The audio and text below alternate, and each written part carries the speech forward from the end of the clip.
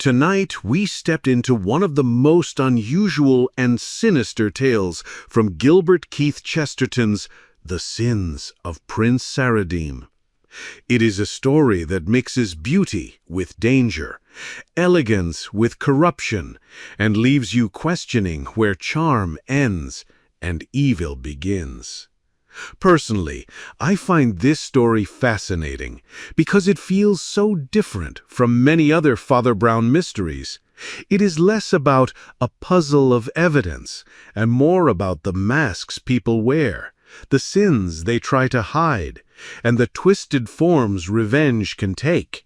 The atmosphere is electric. You can almost feel the tension in the air, the danger in every pause, the weight of a past that refuses to die.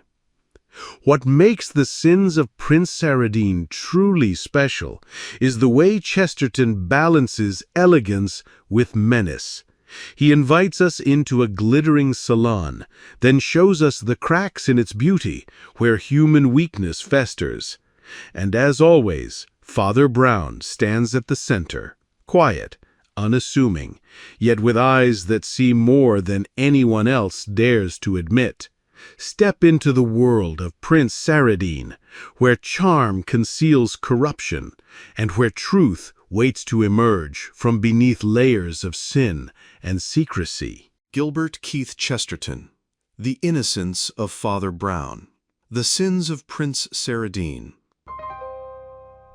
When Flambeau took his month's holiday from his office in Westminster, he took it in a small sailing boat, so small that it passed much of its time as a rowing boat. He took it, moreover, in little rivers in the eastern counties, rivers so small that the boat looked like a magic boat, sailing on land through meadows and cornfields. The vessel was just comfortable for two people. There was room only for necessities, and Flambeau had stocked it with such things as his special philosophy considered necessary. They reduced themselves, apparently, to 4 essentials: tins of salmon, if he should want to eat, loaded revolvers, if he should want to fight, a bottle of brandy, presumably in case he should faint, and a priest, presumably in case he should die. With this light luggage, he crawled down the little Norfolk rivers, intending to reach the Broads at last, but meanwhile delighting in the overhanging gardens and meadows, the mirrored mansions or villages, lingering to fish in the pools and corners, and in some sense hugging the shore. Like a true philosopher, Flambeau had no aim in his holiday, but, like a true philosopher, he had an excuse. He had a sort of half-purpose, which he took just so seriously that its success would crown the holiday, but just so lightly that its failure would not spoil it. Years ago, when he had been a king of thieves and the most famous figure in Paris, he had often received wild communications of approval, denunciation, or even love, but one had, somehow, stuck in his memory. It consisted simply of a visiting card in an envelope with an English postmark. On the back of the card was written in French and in green ink, "If you ever retire and become respectable, come and see me. I want to meet you, for I have met all the other great men of my time. That trick of yours of getting one detective to arrest the other was the most splendid scene in French history." On the front of the card was engraved in the formal fashion, "Prince Saradine, Reed House, Reed Island, Norfolk." He had not troubled much about the prince then, beyond ascertaining that he had been a brilliant and fashionable figure in southern Italy. In his youth, it was said he had eloped with a married woman of high rank. The escapade was scarcely startling in his social world, but it had clung to men's minds because of an additional tragedy, the alleged suicide of the insulted husband, who appeared to have flung himself over a precipice in Sicily. The prince then lived in Vienna for a time, but his more recent years seem to have been passed in perpetual and restless travel. But when Flambeau, like the prince himself, had left European celebrity and settled in England, it occurred to him that he might pay a surprise visit to this eminent exile in the Norfolk Broads. Whether he should find the place he had no idea, and indeed it was sufficiently small and forgotten.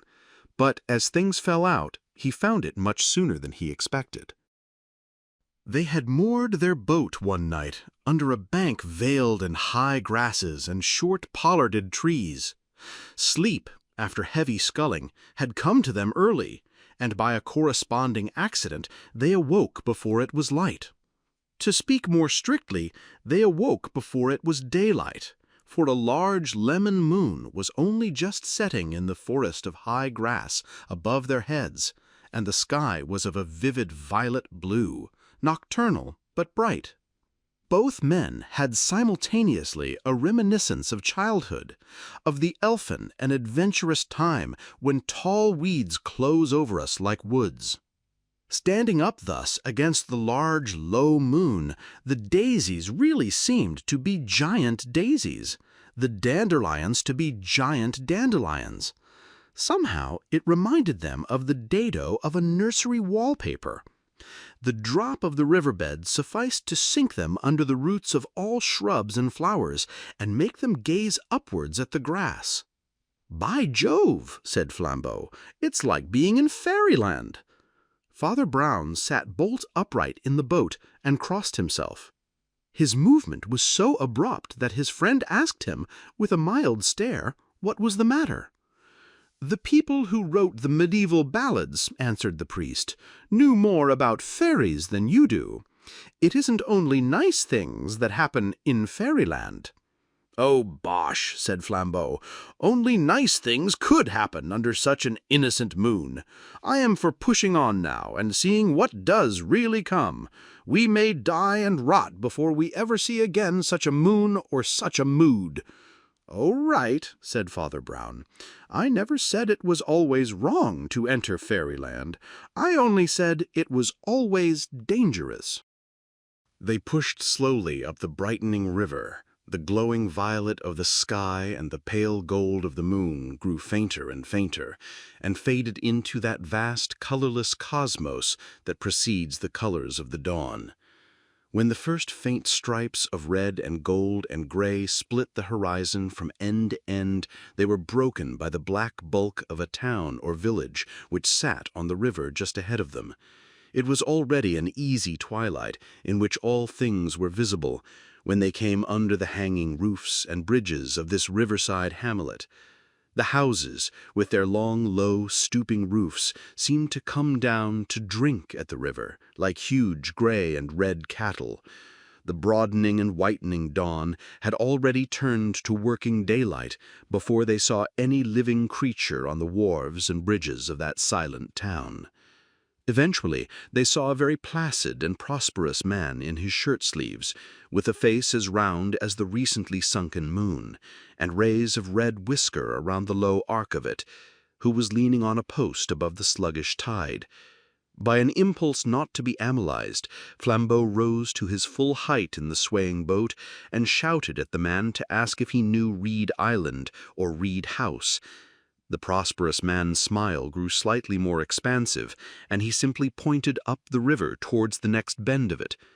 Flambeau went ahead without further speech. The boat took many such grassy corners and followed many such reedy and silent reaches of river, but before the search had become monotonous, they had swung around a specially sharp angle and come into the silence of a sort of pool or lake, the sight of which instinctively arrested them. For in the middle of this wider piece of water, fringed on every side with rushes, lay a long, low islet, along which ran a long, low house or bungalow built of bamboo or some kind of tough tropic cane. The upstanding rods of bamboo which made the walls were pale yellow, the sloping rods that made the roof were of darker red or brown. Otherwise, the long house was a thing of repetition and monotony. The early morning breeze rustled the reeds round the island and sang in the strange ribbed house as in a giant panpipe. "By George!" cried Flambeau, "here is the place after all! Here is Reed Island, if ever there was one. Here is Reed House, if it is anywhere. I believe that fat man with whiskers was a fairy." "Perhaps," remarked Father Brown impartially. "If he was a bad fairy."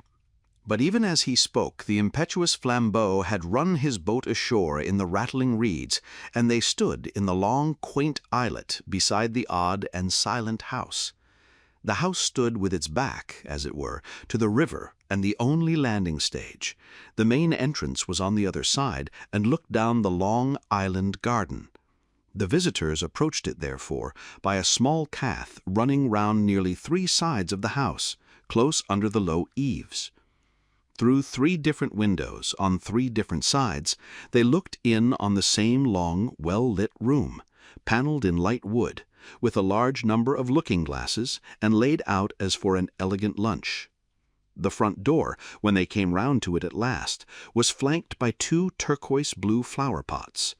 It was opened by a butler of the drearier type, long, lean, grey, and listless, who murmured that Prince Saradine was from home at present, but was expected hourly, the house being kept ready for him and his guests. The exhibition of the card with the scrawl of green ink awoke a flicker of life in the parchment face of the depressed retainer, and it was with a certain shaky courtesy that he suggested that the strangers should remain. "His Highness may be here any minute," he said, "and would be distressed to have just missed any gentleman he had invited. We have orders always to keep a little cold lunch for him and his friends, and I am sure he would wish it to be offered." Moved with curiosity to this minor adventure, Flambeau assented gracefully, and followed the old man, who ushered him ceremoniously into the long, lightly panelled room. There was nothing very novel about it, except the rather unusual alternation of many long, low windows, with many long, low oblongs of looking-glass, which gave a singular air of lightness and unsubstantialness to the place. It was somehow like lunching out of doors. 1 or 2 pictures of a quiet kind hung in the corners, one a large gray photograph of a very young man in uniform, another a red chalk sketch of 2 long-haired boys. Asked by Flambeau whether the soldierly person was the prince, the butler answered shortly in the negative. It was the prince's younger brother, Captain Stephen Saradine, he said. And with that the old man seemed to dry up suddenly and lose all taste for conversation.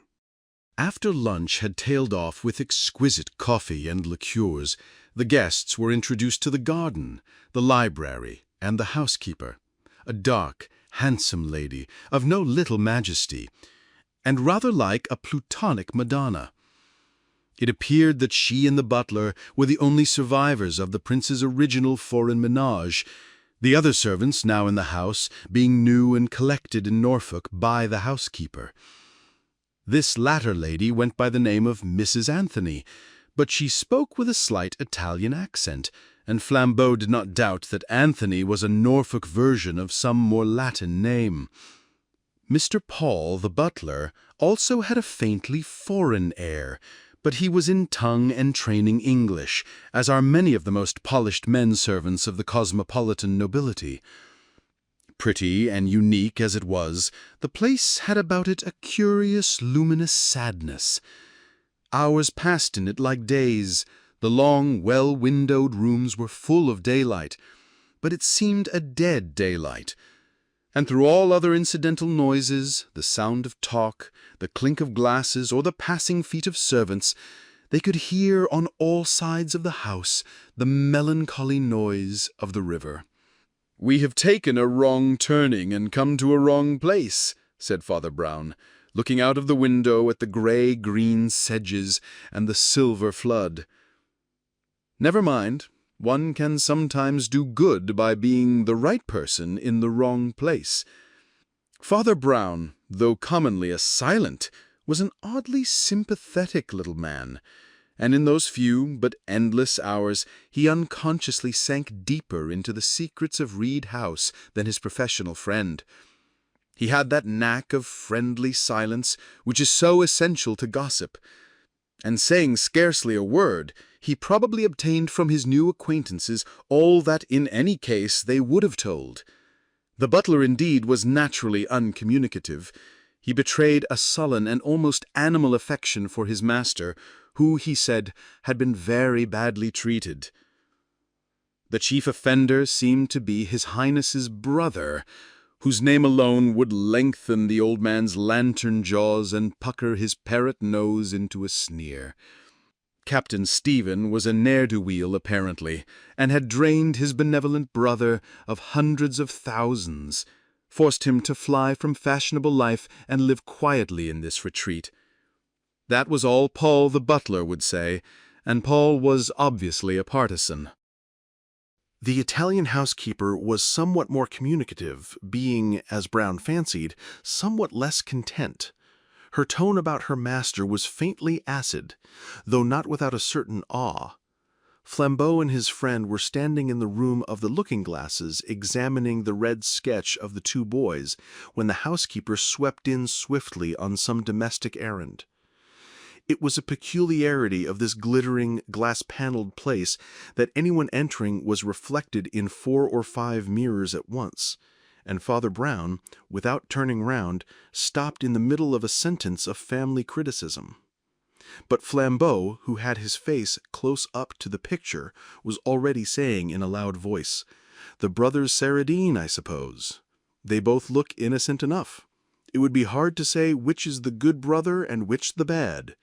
Then, realizing the lady's presence, he turned the conversation with some triviality and strolled out into the garden.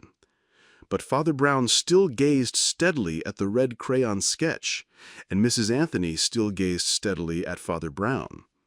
She had large and tragic brown eyes, and her olive face glowed darkly with a curious and painful wonder, as of one doubtful of a stranger's identity or purpose.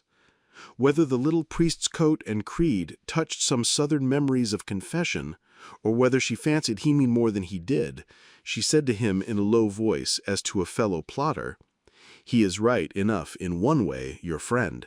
He says it would be hard to pick out the good and bad brothers. Oh, it would be mighty hard to pick out the good one." "I don't understand you," said Father Brown, and began to move away. The woman took a step nearer to him, with thunderous brows and a sort of savage stoop, like a bull lowering his horns. "There isn't a good one," she hissed. "There was badness enough in the captain taking all that money, but I don't think there was much goodness in the prince giving it. The captain's not the only one with something against him." A light dawned on the cleric's averted face, and his mouth formed silently the word blackmail. As he did so, the woman turned an abrupt, white face over her shoulder and almost fell. The door had opened soundlessly, and the pale Paul stood like a ghost in the doorway. By the weird trick of the reflecting walls, it seemed as if 5 Pauls had entered by 5 doors simultaneously. "His Highness," he said, "has just arrived." In the same flash, the figure of a man had passed outside the first window, crossing the sunlit pane like a lighted stage. An instant later he passed at the second window, and the many mirrors repainted in successive frames the same eagle profile and marching figure. He was erect and alert, but his hair was white and his complexion of an odd ivory yellow. He had that short, curved Roman nose which generally goes with long, lean cheeks and chin, but these were partly masked by mustache and imperial. The mustache was much darker than the beard, giving an effect slightly theatrical, and he was dressed up to the same dashing part, having a white top hat, an orchid in his coat, a yellow waistcoat, and yellow gloves which he flapped and swung as he walked. When he came round to the front door, they heard the stiff Paul open it, and heard the new arrival say cheerfully, "Well, you see I have come." The stiff Mr. Paul bowed and answered in his inaudible manner. For a few minutes their conversation could not be heard, then the butler said, "Everything is at your disposal." And the glove-flapping Prince Saradine came gaily into the room to greet them. They beheld once more that spectral scene, 5 princes entering a room with 5 doors. The prince put the white hat and yellow gloves on the table and offered his hand quite cordially. "Delighted to see you here, Mr. Flambeau," he said, "knowing you very well by reputation, if that's not an indiscreet remark." "Not at all," answered Flambeau, laughing. "I am not sensitive. Very few reputations are gained by unsullied virtue. The prince flashed a sharp look at him to see if the retort had any personal point, then he laughed also, and offered chairs to everyone, including himself. "Pleasant little place this, I think," he said with a detached air. "Not much to do, I fear, but the fishing is really good." The priest, who was staring at him with the grave stare of a baby, was haunted by some fancy that escaped definition. He looked at the gray, carefully curled hair, yellow-white visage, and slim, somewhat foppish figure. These were not unnatural, though perhaps a shade prononcé, like the outfit of a figure behind the footlights. The nameless interest lay in something else, in the very framework of the face. Brown was tormented with a half-memory of having seen it somewhere before. The man looked like some old friend of his dressed up. Then he suddenly remembered the mirrors, and put his fancy down to some psychological effect of that multiplication of human masks. Prince Saradine distributed his social attentions between his guests with great gaiety and tact. Finding the detective of a sporting turn and eager to employ his holiday, he guided Flambeau and Flambeau's boat down to the best fishing spot in the stream, and was back in his own canoe in 20 minutes to join Father Brown in the library and plunge equally politely into the priest's more philosophical pleasures. He seemed to know a great deal both about the fishing and the books, though of these not the most edifying. He spoke 5 or 6 languages, though chiefly the slang of each. He had evidently lived in varied cities and very motley societies, for some of his cheerfulest stories were about gambling hells and opium dens, Australian bushrangers, or Italian brigands. Father Brown knew that the once celebrated Saradine had spent his last few years in almost ceaseless travel, but he had not guessed that the travels were so disreputable or so amusing. Indeed, with all his dignity of a man of the world, Prince Saradine radiated to such sensitive observers as the priest a certain atmosphere of the restless and even the unreliable. His face was fastidious, but his eye was wild. He had little nervous tricks, like a man shaken by drink or drugs, and he neither had, nor professed to have, his hand on the helm of household affairs. All these were left to the 2 old servants, especially to the butler, who was plainly the central pillar of the house. Mr. Paul, indeed, was not so much a butler as a sort of steward or even chamberlain. He dined privately, but with almost as much pomp as his master. He was feared by all the servants, and he consulted with the prince decorously, but somewhat unbendingly, rather as if he were the prince's solicitor. The somber housekeeper was a mere shadow in comparison.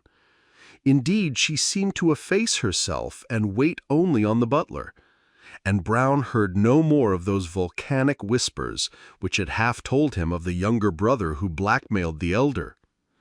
Whether the prince was really being thus bled by the absent captain, he could not be certain, but there was something insecure and secretive about Saradine that made the tale by no means incredible. When they went once more into the long hall with the windows and the mirrors, yellow evening was dropping over the waters and the willowy banks, and a bittern sounded in the distance like an elf upon his dwarfish drum. The same singular sentiment of some sad and evil fairyland crossed the priest's mind again like a little gray cloud. "I wish Flambeau were back," he muttered. "Do you believe in doom?" asked the restless Prince Saradine suddenly. "No," answered his guest. "I believe in doomsday." The prince turned from the window and stared at him in a singular manner, his face in shadow against the sunset. "What do you mean?" he asked. "I mean that we here are on the wrong side of the tapestry," answered Father Brown. "The things that happen here do not seem to mean anything. They mean something somewhere else. Somewhere else, retribution will come on the real offender. Here it often seems to fall on the wrong person." The prince made an inexplicable noise like an animal. In his shadowed face the eyes were shining queerly. A new and shrewd thought exploded silently in the other's mind. Was there another meaning in Saradine's blend of brilliancy and abruptness? Was he perfectly sane? He was repeating, "The wrong person! The wrong person!" many more times than was natural in a social exclamation. Then Father Brown awoke tardily to a second truth. In the mirrors before him he could see the silent door standing open, and the silent Mr. Paul standing in it, with his usual pallid impassiveness. "I thought it better to announce at once," he said, with the same stiff respectfulness as of an old family lawyer. "A boat rowed by 6 men has come to the landing stage, and there's a gentleman sitting in the stern." "A boat," repeated the prince. "A gentleman," and he rose to his feet. There was a startled silence, punctuated only by the odd noise of the bird in the sedge, and then, before anyone could speak again, a new face and figure passed in profile round the 3 sunlit windows, as the prince had passed an hour or 2 before. But except for the accident that both outlines were aquiline, they had little in common. Instead of the new white topper of Saradine was a black one of antiquated or foreign shape. Under it was a young and very solemn face, clean-shaven, blue about its resolute chin, and carrying a faint suggestion of the young Napoleon. The association was assisted by something old and odd about the whole get-up, as of a man who had never troubled to change the fashions of his fathers. He had a shabby blue frock-coat, a red soldierly-looking waistcoat, and a kind of coarse white trousers common among the early Victorians, but strangely incongruous today. From all this old clothes shop his olive face stood out strangely young and monstrously sincere. "The deuce!" said Prince Saradine, and clapping on his white hat, he went to the front door himself, flinging it open on the sunset garden. By that time the newcomer and his followers were drawn up on the lawn like a small stage army. The 6 boatmen had pulled the boat well up on shore and were guarding it almost menacingly, holding their oars erect like spears. They were swarthy men, and some of them wore earrings. But one of them stood forward beside the olive-faced young man in the red waistcoat, and carried a large black case of unfamiliar form. "Your name," said the young man, "is Saradine." Saradine assented rather negligently. The newcomer had dull, dog-like brown eyes, as different as possible from the restless and glittering gray eyes of the prince. But once again Father Brown was tortured with a sense of having seen somewhere a replica of the face, and once again he remembered the repetitions of the glass-paneled room and put down the coincidence to that. "Confound this Crystal Palace," he muttered. "One sees everything too many times. It's like a dream." "If you are Prince Saradine," said the young man, "I may tell you that my name is Antonelli." "Antonelli," repeated the prince languidly. "Somehow I remember the name." "Permit me to present myself," said the Italian. With his left hand he politely took off his old-fashioned top hat. With his right he caught Prince Saradine so ringing a crack across the face that the white top hat rolled down the steps and one of the blue flower-pots rocked upon its pedestal. The prince, whatever he was evidently not a coward. He sprang at his enemy's throat and almost bore him backwards to the grass. But his enemy extricated himself with a singularly inappropriate air of hurried politeness. "That is all right," he said, panting and in halting English. "I have insulted. I will give satisfaction. Marco, open the case." The man beside him, with the earrings and the big black case, proceeded to unlock it. He took out of it 2 long Italian rapiers, with splendid steel hilts and blades, which he planted point downwards in the lawn. The strange young man standing facing the entrance with his yellow and vindictive face, the 2 swords standing up in the turf like 2 crosses in a cemetery, and the line of the ranked towers behind, gave it all an odd appearance of being some barbaric court of justice. But everything else was unchanged, so sudden had been the interruption. The sunset gold still glowed on the lawn, and the bitterns still boomed as announcing some small but dreadful destiny. "Prince Saradine," said the man called Antonelli, "when I was an infant in the cradle, you killed my father and stole my mother. The father was more fortunate. You did not kill him fairly, as I am going to kill you. You and my brigid mother took you driving to a lonely pass in Sicily, flung you down a cliff, and went on your way. I could imitate you if I chose, but imitating you is too vile. I have followed you all over the world, and you have always fled from me. But this is the end of the world, and of you. I have you now, and I give you the chance you never gave my father. Choose one of those swords." Prince Saradine, with contracted brows, seemed to hesitate a moment, but his ears were still singing with the blow, and he sprang forward and snatched at one of the hilts. Father Brown had also sprung forward, striving to compose the dispute, but he soon found his personal presence made matters worse. Saradine was a French Freemason and a fierce atheist, and a priest moved him by the law of contraries. And for the other man, neither priest nor layman moved him at all. This young man with the Bonaparte face and the brown eyes was something far sterner than a Puritan, a pagan. He was a simple slayer from the morning of the earth, a man of the Stone Age, a man of stone. One hope remained, the summoning of the household, and Father Brown ran back into the house. He found, however, that all the underservants had been given a holiday ashore by the autocrat Paul, and that only the sombre Mrs. Anthony moved uneasily about the long rooms. But the moment she turned a ghastly face upon him, he resolved one of the riddles of the House of Mirrors.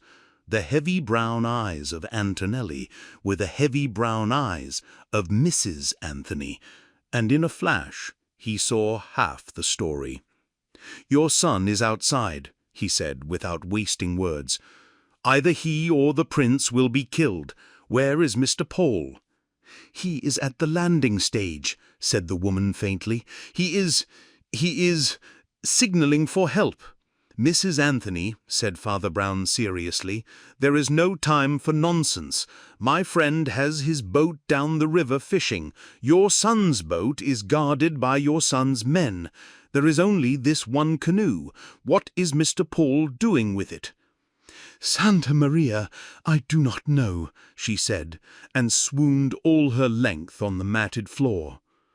Father Brown lifted her to a sofa, flung a pot of water over her, shouted for help, and then rushed down to the landing stage of the little island.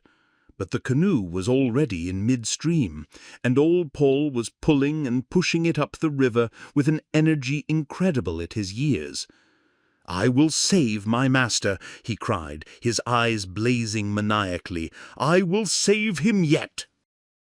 Father Brown could do nothing but gaze after the boat as it struggled upstream, and pray that the old man might waken the little town in time. "The duel is bad enough," he muttered, rubbing up his rough, dust-colored hair. "But there's something wrong about this duel, even as a duel. I feel it in my bones. But what can it be?" As he stood staring at the water, a wavering mirror of sunset, he heard from the other end of the island garden a small but unmistakable sound, the cold concussion of steel. He turned his head.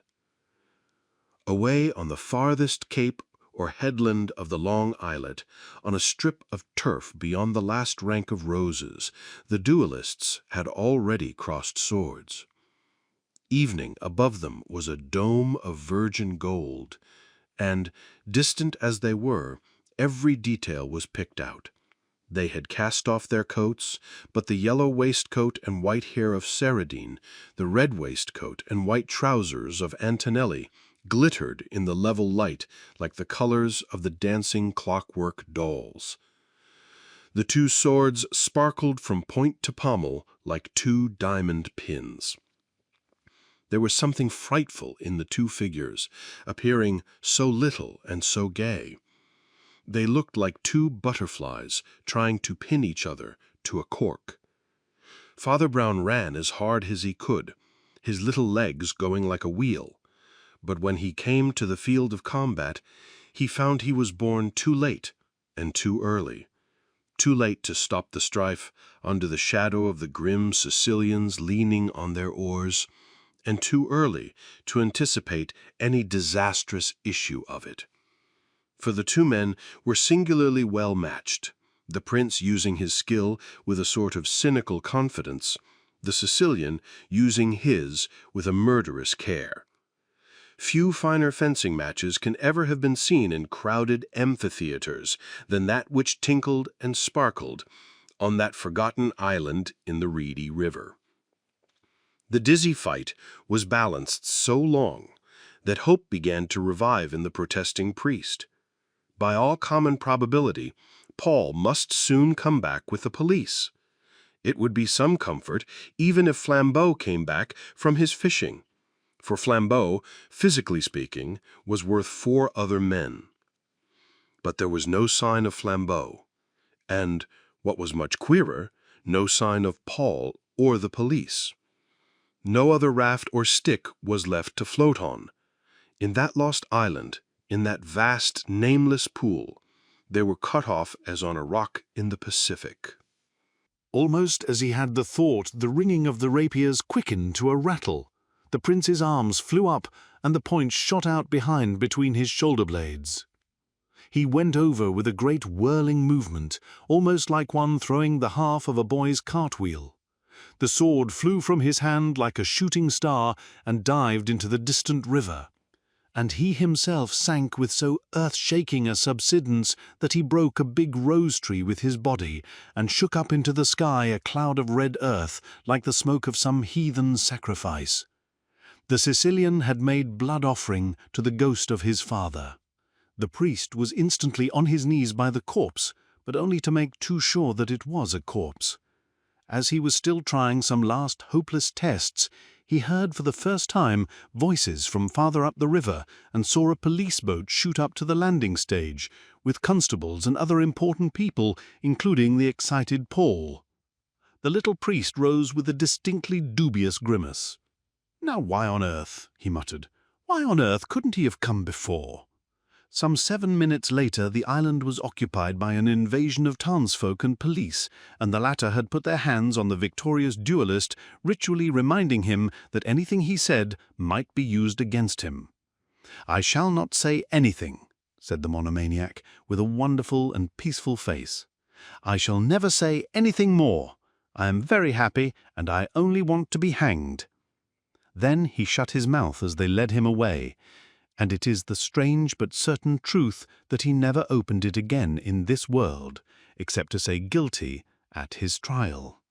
Father Brown had stared at the suddenly crowded garden, the arrest of the man of blood, the carrying away of the corpse after its examination by the doctor, rather as one watches the break-up of some ugly dream. He was motionless like a man in a nightmare. He gave his name and address as a witness, but declined their offer of a boat to the shore and remained alone in the island garden, gazing at the broken rosebush and the whole green theatre of that swift and inexplicable tragedy. The light died along the river, mist rose in the marshy banks, a few belated birds flitted fitfully across. Stuck stubbornly in his subconsciousness, which was an unusually lively one, was an unspeakable certainty that there was something still unexplained.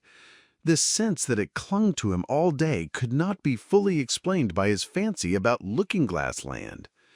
Somehow he had not seen the real story, but some game or mask. And yet people do not get hanged or run through the body for the sake of a charade. As he sat on the steps of the landing stage, ruminating, he grew conscious of the tall, dark streak of a sail coming silently down the shining river, and sprang to his feet with such a backrush of feeling that he almost wept. "Flambeau!" he cried, and shook his friend by both hands again and again, much to the astonishment of that sportsman. As he came on shore with his fishing tackle, "Flambeau!" he said, "so you're not killed?" "Killed?" repeated the angler in great astonishment. "And why should I be killed?" "Oh, because nearly everybody else is," said his companion rather wildly. "Saradine got murdered, and Antonelli wants to be hanged, and his mother has fainted, and I for one don't know whether I'm in this world or the next. But thank God you're in the same one." And he took the bewildered Flambeau's arm. As they turned from the landing stage, they came under the eaves of the low bamboo house and looked in through one of the windows as they had done on their first arrival. They beheld a lamp-lit interior well calculated to arrest their eyes. The table in the long dining room had been laid for dinner when Saradine's destroyer had fallen like a storm bolt on the island. And the dinner was now in placid progress, for Mrs. Anthony sat somewhat sullenly at the foot of the table, while at the head of it was Mr. Paul, the major domo, eating and drinking of the best, his bleared bluish eyes standing queerly out of his face, his gaunt countenance inscrutable, but by no means devoid of satisfaction. With a powerful impatience, Flambeau rattled at the window, wrenched it open, and put an indignant head into the lamp-lit room. "Well," he cried, "I can't understand you may need some refreshment, but really, to steal your master's dinner while he lies murdered in the garden." "I have stolen a great many things in a long and pleasant life. This dinner is one of the few things I have not stolen. This dinner and this house and garden happen to belong to me." A thought flashed across Flambeau's face. "You mean to say," he began, "that the will of Prince Saradine—" "I am Prince Saradine," said the old man, munching a salted almond. Father Brown, who was looking at the birds outside, jumped as if he were shot, and put in at the window a pale face like a turnip. "You are what?" he repeated in a shrill voice. "Paul, Prince Saradine, à vos ordres," said the venerable person politely, lifting a glass of sherry. "I live here very quietly, being a domestic kind of fellow, and for the sake of modesty I am called Mr. Paul, to distinguish me from my unfortunate brother, Mr. Stephen. He died, I hear, recently, in the garden. Of course it is not my fault if enemies pursue him to this place. It is owing to the regrettable irregularity of his life. He was not a domestic character." He relapsed into silence and continued to gaze at the opposite wall, just above the bowed and somber head of the woman. They saw plainly the family likeness that had haunted them in the dead man. Then his old shoulders began to heave and shake a little, as if he were choking, but his face did not alter. "My God!" cried Flambeau, after a pause, "he's laughing!" "Come away," said Father Brown, who was quite white. "Come away from this house of hell. Let us get into an honest boat again." Night had sunk on rushes and river by the time they had pushed off from the island, and they went downstream in the dark, warming themselves with 2 big cigars that glowed like crimson ship's lanterns. Father Brown took his cigar out of his mouth and said, "I suppose you can guess the whole story now. After all, it's a primitive story. A man had 2 enemies.